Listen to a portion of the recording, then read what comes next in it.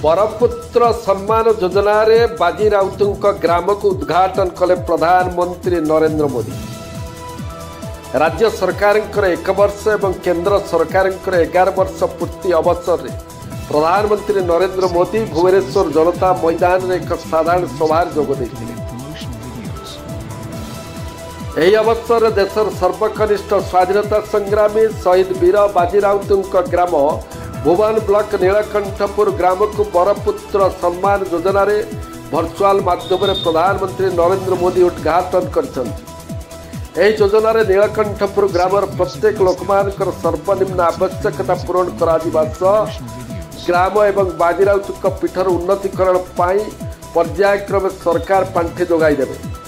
यह कार्यक्रम रे जिलापाल सोमेश उपाध्याय एवं बाजी राउत पिलादिन सांग कान्हू मल्लिक समेत जिलार प्रशासनिक अधिकारी माने उपस्थित थे। जन्मदिन आज यही शुभ अवसर में जन्मदिन शुभेच्छा और अभिनंदन जनाऊँ। देशर सेवार सुस्थ निरामय जीवन कामना करुँ। बंधुगण आपण मैंने जानती आम सरकार प्रथम वर्ष में आम अनेक उपलब्धि हासिल कर वर्षक मध्य आमर कार्यक्रम ओडिशार प्रत्येक